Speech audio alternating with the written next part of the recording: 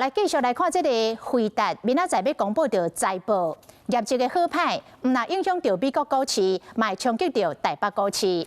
另外，这个回答的执行长黄仁勋嘛宣布到好消息，讲要甲鸿海伫美国、台湾甲墨西哥起工厂扩大到生产量。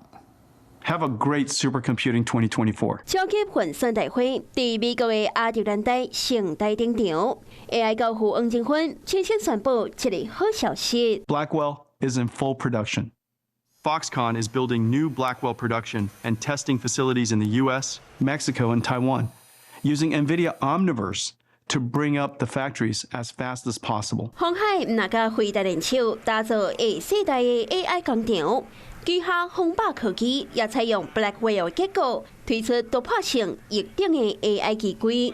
电报是用回答 MGX 的结构，用 AI 的伺服器前进。华硕也展出过6种回答 AI 的伺服器，甚至黄仁勋个亲笔签名写 Super ASUS。 技嘉也专注伫产业的解放，但是完整机柜式的产品。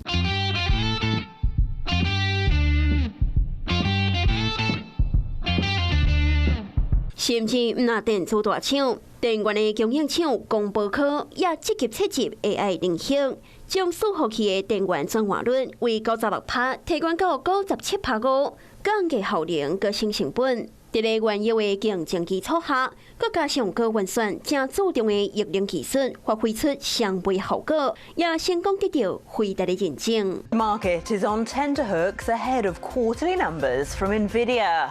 到了伫超级大会等技术，回答的另外一个重点，就是第3季的财报。